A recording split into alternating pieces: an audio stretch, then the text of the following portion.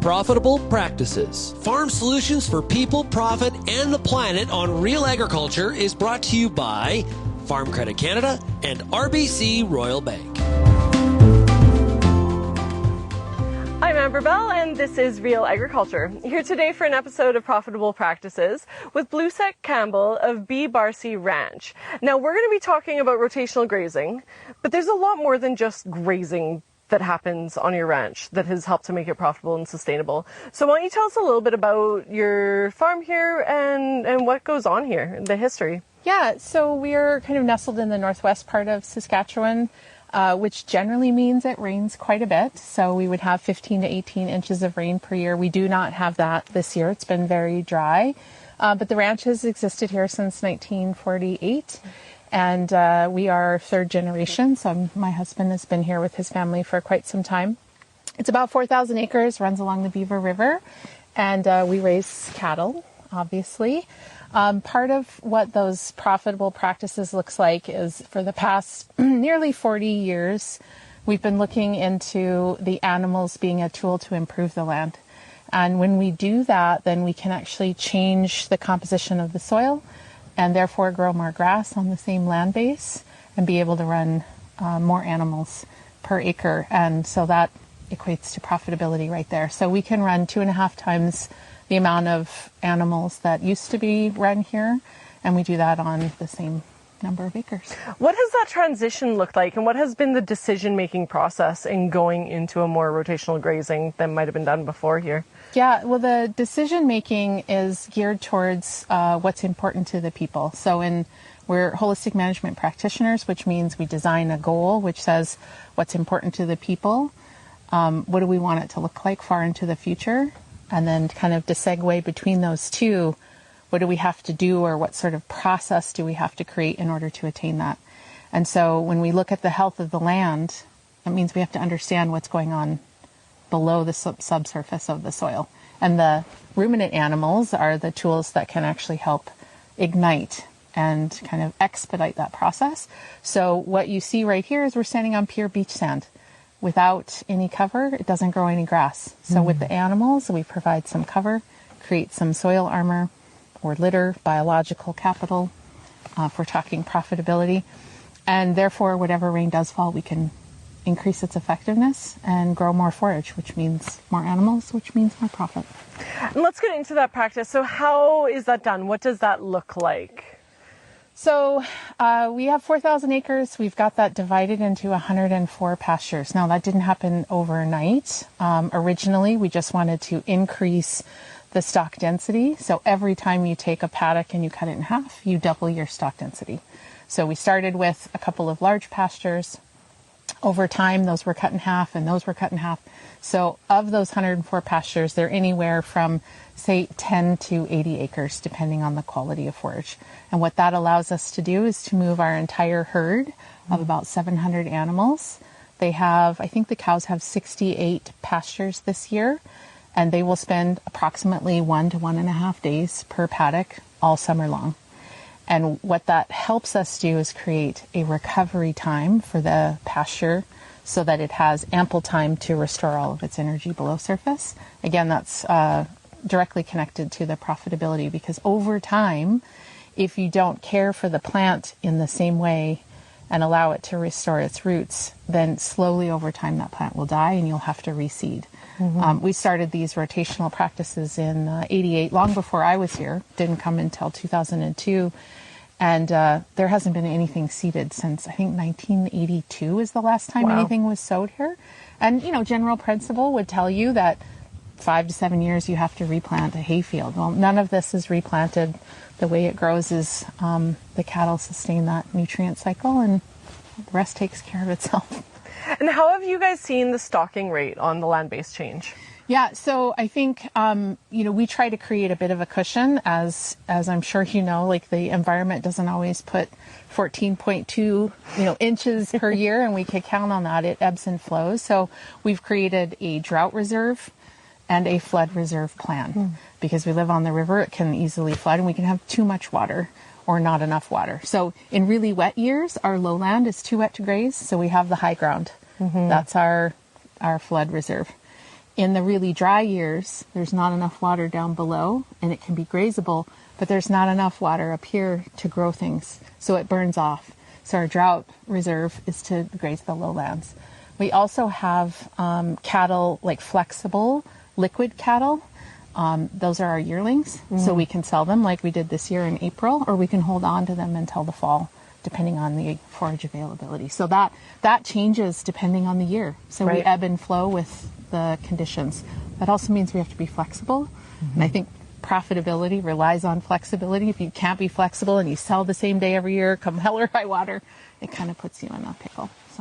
So let's talk a little bit about that planning process. Yeah. Because how many people do you guys have here on the ranch? So we have 3 families. We have 3 people working. So owner and operators right now, there's 3 of us, me, my husband, and my brother-in-law, Scott.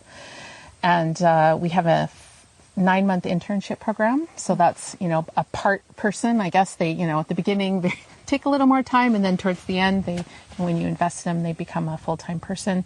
And then Scott and Mark's parents are fully retired. So they live here, they retire on the ranch, and so we provide whatever they need for the rest of their years. So we support 3 families, but there's 3 of us working here.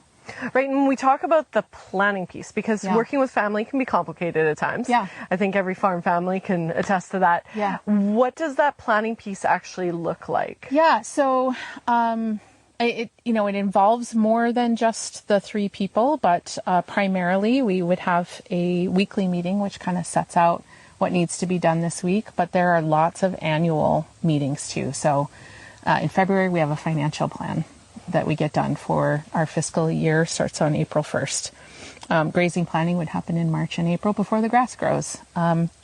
Team building usually happens sometime over the winter. Everybody's favorite, right? Happens sometime between November and February. So we sort of have this rolling agenda, and we can be flexible with that, but by and large, if we don't get those big planning pieces done, the rest of it sort of just falls by the wayside, right? And then we have operational plans, like work plans. We know that we brand in July, for example, so we can kind of count on that. Our goal is to spread it out so that it's not everything getting done between, May and October, that we have kind of a plan in place too. And how important is sustainability in all of that? Because there's that people piece, there's, the moving the animals. How important is sustainability? Well, I grew up on a sheep operation, which was not sustainable, meaning that it was really hard and there was, lots of financial troubles. And as a next generation, I didn't want to have anything to do with that. And so the sustainability piece here on the BRC Ranch is, we hope that we create an environment where the next generation wants to come in and see the bald eagle up in the sky flying around, that they find it appealing, that they find it profitable, appetizing in order to, make a life here. So it's part of our generation's job is to say, you can work hard, you can create really great animals, a food product, you can create really great soils, and also enjoy your life at the same time. And I'm not going to lie, it's not always easy. Like ranching is tough. When it's minus 35, you might want to figure out why you're doing this, right? That's a really good time of reflection. But the more appetizing we can make it for the next generation. Now, I will also say that it's not imperative the next generation takes this on. Mm-hmm. I think that level, in my line of work as a consultant, what I find is families are pushing it on the next generation, and they really don't want to have anything to do with it then. It has to be part of the choice. So our sustainability here is to make it appealing and inviting, but not pressure and say you have to carry on the legacy. 4 generations are counting on you. Mm-hmm. So it's an option. And how do you see rotational grazing kind of rolling into that legacy? Well, I think if we're not taking care of the land, if we're not increasing stock density, providing enough rest or recovery for the land base, it will eventually, the profitability goes down the tube, and therefore the next generation is not going to want to have anything to do with it. Your costs will increase because you'll have to replant, those kinds of things. So the sustainability or the regenerative part of it is that when we pass the knowledge on how to move the cattle. So have a plan to graze and then get off. If we can pass that knowledge down, then it just becomes second nature to, the next generation who wants it. And when I say next generation, even if it's not our own children, if it's somebody who wants to care for the land and look after it just as much as we did, that's also a succession plan. It is. And finally, what would you say to a rancher or someone looking to get into ranching, and what would be those first steps to kind of move towards a rotational grazing, more sustainable way of moving animals on the landscape? Yeah, I would say first find your people. Like, it's really hard to do it yourself, especially when you don't have the knowledge base. So finding people, if you're looking for land access, the more people you know, the more likely you're going to find land.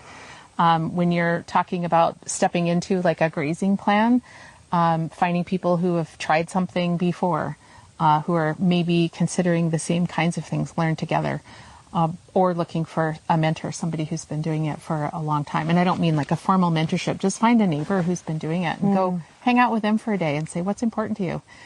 So that's going to be I think the first thing is in figuring out like, what is it that you want?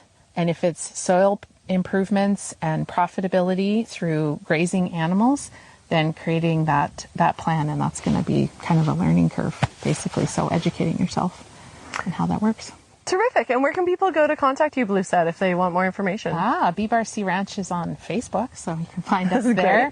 I can contact me on our socials. So Bluesette Campbell is on Facebook and other social platforms. And I can leave you my contact information. They can find me there.